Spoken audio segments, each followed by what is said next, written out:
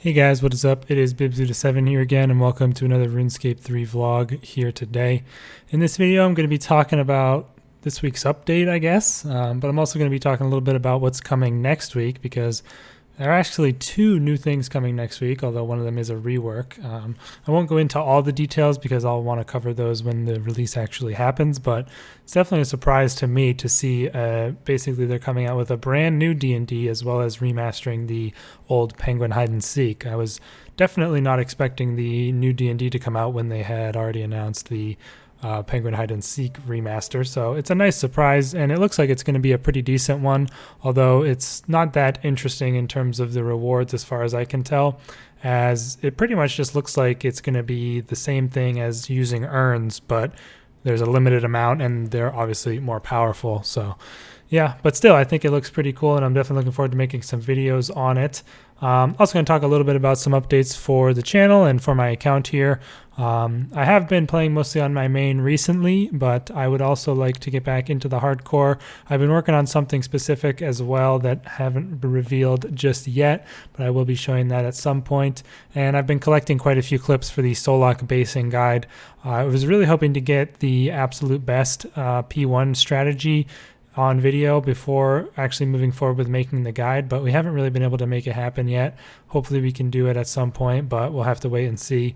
I am currently sitting on 486 Solak KC with my fastest kill being a 710 in a duo. We're hoping to get a sub 7 pretty soon. That would be pretty sweet to get.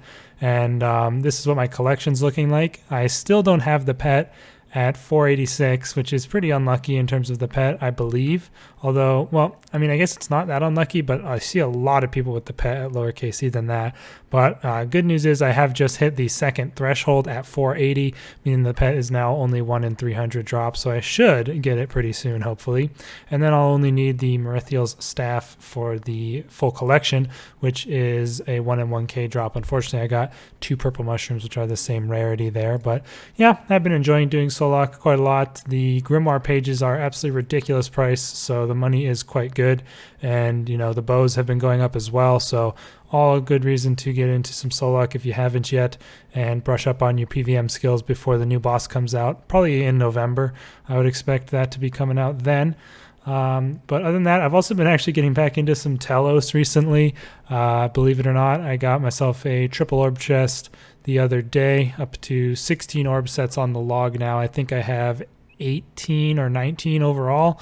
And with before the log I had some, and I actually have an orb in the chest right now as well, so I'm going to be streaking that, trying to get myself another triple orb chest. That'd be pretty sweet, but sadly the orb set is only worth around 700 mil, maybe even less nowadays, which is pretty sad compared to what it used to be at like 1.4 bill back in the day. But yeah, that's just the state of things with people being able to consistently do 2500% enraged claim kills and get that 1 in 15 drop rate. The prices have just been going down and down, especially since the inclusion of obviously the Inquisitor staff really blowing the Staff of Sliske out of the water at most bosses. But yeah, that's pretty much most of the stuff for me in terms of my account, what I've been doing. A lot of Solok, a bit of Telos, and just some random stuff as well, as working on this small thing on the side that I'll show in a future video.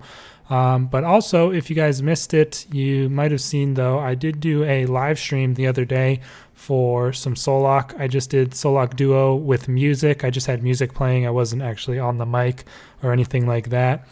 Just to test out my streaming and seeing how it went, and had a decent amount of viewers in there, more than I would get on Twitch, that's for sure. I was just streaming on YouTube, so I've been thinking about actually getting into quite a bit more of the streaming just for some fun personally, because I think maybe like doing some streams on the hardcore where I'm doing some things like ED2 or Twin Furies that I need to get into a lot more of. It'll be nicer to have that on stream and make it much more bearable for me to do rather than doing it off stream. I think it would be helpful. It wouldn't actually impact my videos at all. I don't think. I would still just have the same sort of content with the weekly vlogs, and maybe I'll get, and then obviously I would get back into the hardcore episodes every week if I do start playing on it again, so that would be also included.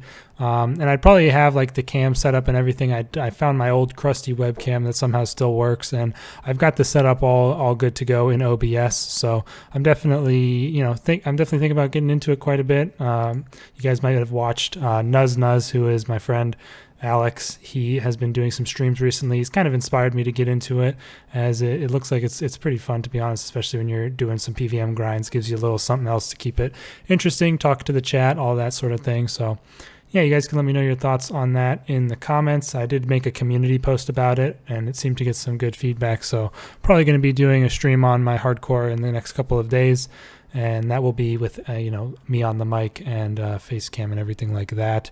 But yeah, anyways, after all that rambling about myself, we can jump into this small update. This is probably the shortest update post I've ever seen from Jagex. I don't know about you guys, but it is incredibly short. Literally, there's nothing at all except a merch store update. They don't even have all their BS about Twitch streams and stuff that's usually on here. I guess that's all been moved over to this new community tab of the update post, which I think is good. That's kind of where it belongs, in my opinion.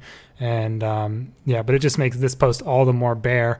And one thing that I really don't like about weeks like this is how they try to spin it off in such a stupid way, like we're 12 years old. Just say, there's no update this week. We're working on the big update for the month that's coming next week. So you guys will wait until then. Check the patch notes if you want to see the small fixes. Like, we don't need to be pandered to like we're 5 years old. It says, it's all quiet on the game news front this week. In fact, it's almost too quiet, like there's something mysterious waiting in the wings.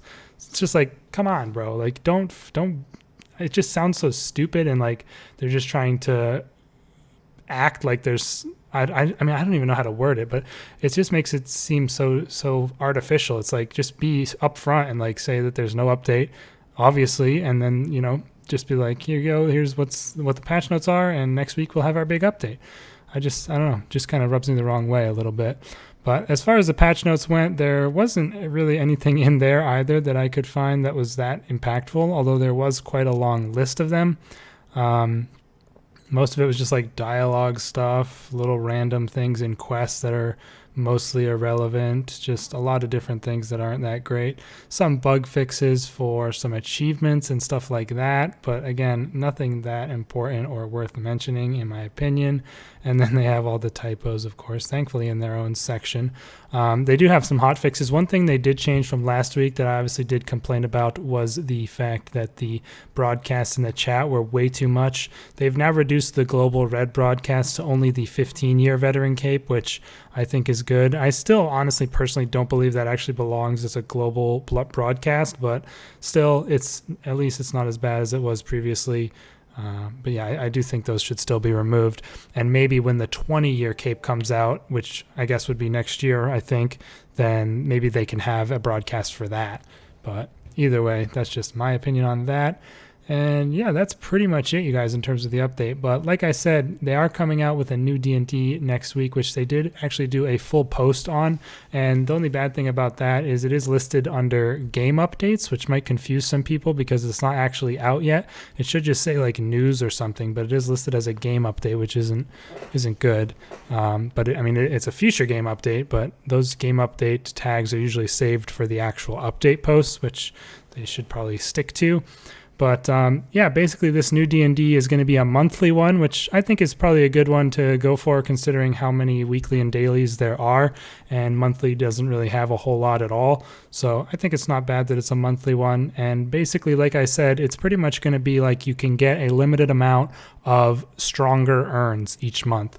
And you're going to be doing that in Carapax's lab on Anachronia. So I assume you'll have to have completed Desperate Measures to be able to do this.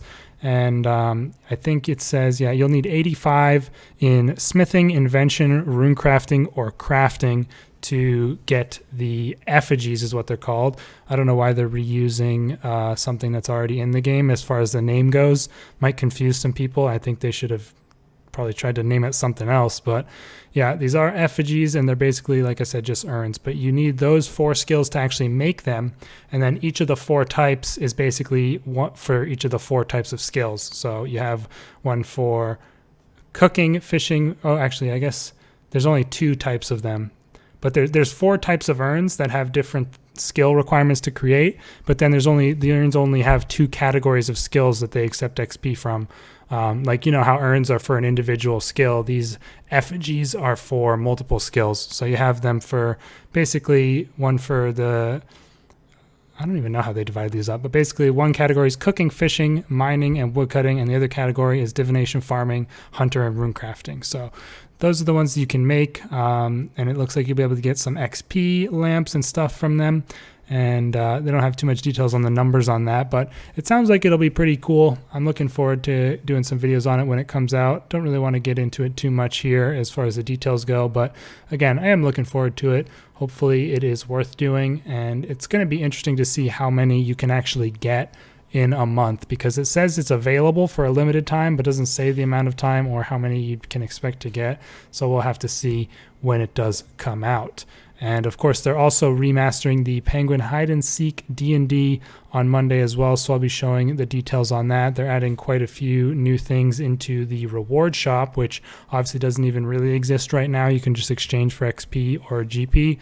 And I think it looks like it's going to be pretty cool. The only problem I have with it is, at least personally in my opinion, I don't think the Penguin D&D really needed any attention. I thought it's pretty fine as it is. You know, you do the penguins, you get some XP, and I think, the system was pretty good. They're randomly distributed each week, and yeah, I just don't understand what caused them to think that was something that needed a remaster, considering how many things in the game could have benefited more from it, I think. But either way, I'm not going to bag on it too much. At least it's something. I'm looking forward to giving it a shot.